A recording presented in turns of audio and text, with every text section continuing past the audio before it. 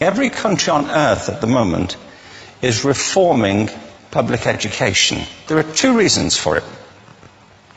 The first of them is economic. People are trying to work out, how do we educate our children to take their place in the economies of the 21st century? How do we do that? Given that we can't anticipate what the economy will look like at the end of next week, as the recent turmoil is demonstrating. How do we do that? The second, though, is cultural. Every country on earth is trying to figure out, how do we educate our children so they have a sense of cultural identity, and so that we can pass on the cultural genes of our communities while being part of the process of globalization. How do we square that circle? The problem is they're trying to meet the future by doing what they did in the past. And on the way, they're alienating millions of kids who don't see any purpose in going to school. When we went to school, we were kept there with a story, which is if you worked hard and did well and got a college degree, you would have a job. Our kids don't believe that. And they're right not to, by the way. You're better having a degree than not, but it's not a guarantee anymore. And particularly not if the route to it marginalizes most of the things that you think are important about yourself. And people say we have to raise standards as if this is a breakthrough. You know, like, really, yes, we should. Why would you lower them? You know, I haven't come across an argument that persuades me of lowering them. But raising them, of course we should raise them. The problem is that the current system of education was designed and conceived and structured for a different age. It was conceived in the intellectual culture of the Enlightenment and in the economic circumstances of the Industrial Revolution. Before the middle of the 19th century, there were no systems of public education. Not really. I mean, you could get educated by Jesuits, you know, if you had the money. But public education, paid for from taxation, compulsory to everybody and free at the point of delivery, that was a revolutionary idea. And many people objected to it. They said it's not possible for many street kids, working class children, to benefit from public education. They're incapable of learning to read and write, and why are we spending time on this? So there's also built into it a whole series of assumptions about social structure and capacity. It was driven by an economic imperative of the time, but running right through it was an intellectual model of the mind, which was essentially the Enlightenment view of intelligence. That real intelligence consists in the capacity for a certain type of deductive reasoning and a knowledge of the classics originally, what we come to think of as academic ability. And this is deep in the gene pool of public education, that there are really two types of people, academic and non-academic, smart people and non-smart people. And the consequence of that is that many brilliant people think they're not, because they've been judged against this particular view of the mind. So we have twin pillars, economic and intellectual. And my view is that this model has caused chaos in many people's lives. It's been great for some. There have been people who have benefited wonderfully from it. But most people have not. Instead, they suffer this. This is the modern epidemic, and it's as misplaced and it's as fictitious. This is the plague of ADHD. Now, this is a map of the incidence of ADHD in America, or prescriptions for ADHD. Don't mistake me here. I don't mean to say there is no such thing as attention deficit disorder. I'm not qualified to say if there is such a thing. I know that a great majority of psychologists and pediatricians think there is such a thing. But it's still a matter of debate. What I do know for a fact is it's not an epidemic. These kids are being medicated as routinely as we had our tonsils taken out. And on the same whimsical basis, and for the same reason, medical fashion. Our children are living in the most intensely stimulating period in the history of the earth. They're being besieged with information and calls for their attention from every platform, computers, from iPhones, from advertising hoardings, from hundreds of television channels. And we're penalizing them now for getting distracted. From what? Boring stuff at school, for the most part.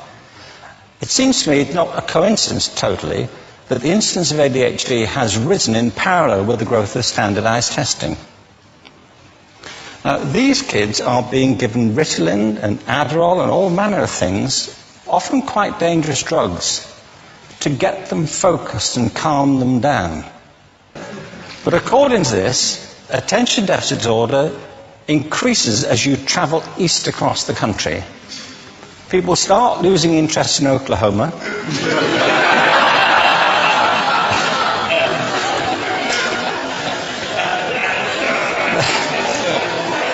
They can hardly think straight in Arkansas. And by the time they get to Washington, they've lost it completely. And there are separate reasons for that, I believe. It's a fictitious epidemic. If you think of it, the arts, and I don't say this exclusively of the arts, I think it's also true of science and of maths, but I say about the arts particularly because they are the victims of this mentality currently, particularly. The arts especially address the idea of aesthetic experience. An aesthetic experience is one in which your senses are operating at their peak, when you're present in the current moment, when you're resonating with the excitement of this thing that you're experiencing, when you are fully alive. An anesthetic is when you shut your senses off and deaden yourself to what's happening. And a lot of these drugs are that. We're getting our children through education by anesthetizing them. And I think we should be doing the exact opposite. We shouldn't be putting them asleep. We should be waking them up to what they have inside of themselves. But the model we have is this. I believe we have a system of education that is modeled on the interests of industrialism and in the image of it. I'll give you a couple of examples. Schools are still pretty much organized on factory lines, ringing bells, separate facilities, specialized into separate subjects. We still educate children by batches. We put them through the system by age group. Why do we do that?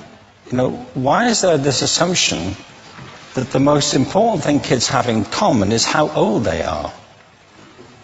It's like the most important thing about them is their date of manufacture. You know what I mean? Well, I know kids who are much better than other kids at the same age in different disciplines. Or at different times of the day. Or better in smaller groups than in large groups. Or sometimes they want to be on their own. If you're interested in the model of learning, you don't start from this production line mentality. It's essentially about conformity, and increasingly it's about that as you look at the growth of standardized testing and standardized curricula. And it's about standardization. I believe we've got to go in the exact opposite direction. That's what I mean about changing the paradigm. There was a great study done recently of divergent thinking. Published a couple of years ago. Divergent thinking isn't the same thing as creativity. I define creativity as the process of having original ideas that have value. Divergent thinking isn't a synonym, but it's an essential capacity for creativity. It's the ability to see lots of possible answers to a question, lots of possible ways of interpreting a question, to think what Edward de Bono would probably call laterally, to think not just in linear or convergent ways, to see multiple answers, not one. So, I mean, there are tests for this. I mean, one kind of common example would be people might be asked to say, how many uses can you think of for a paperclip? One of those routine questions. Most people might come up with 10 or 15. People who are good at this might come up with 200. And they do that by saying, well, could the paperclip be 200 foot tall and be made out of foam rubber? You know, like, does it have to be a paperclip as we know it, Jim? You know. Now, there are tests for this, and they gave them to 1,500 people. This is in a book called Breakpoint and Beyond. And on the protocol of the test, if you scored above a certain level, you'd be considered to be a genius at divergent thinking. Okay? So my question to you is, what percentage of the people tested, of the 1,500, scored at genius level for divergent thinking? Now, you need to know one more thing about them. These were kindergarten children. So what do you think? What percentage at genius level? 80. 80, okay. 98%. Now, the thing about this was it was a longitudinal study. So they retested the same children 5 years later, age of 8 to 10. What do you think? 50? They retested them again 5 years later, ages 13 to 15. You can see a trend here, can't you? Now, this tells an interesting story, because you could have imagined it going the other way, couldn't you? You start off not being very good, but you get better as you get older. But this shows two things. One is we all have this capacity, and two, it mostly deteriorates. Now, a lot of things have happened to these kids as they've grown up. A lot.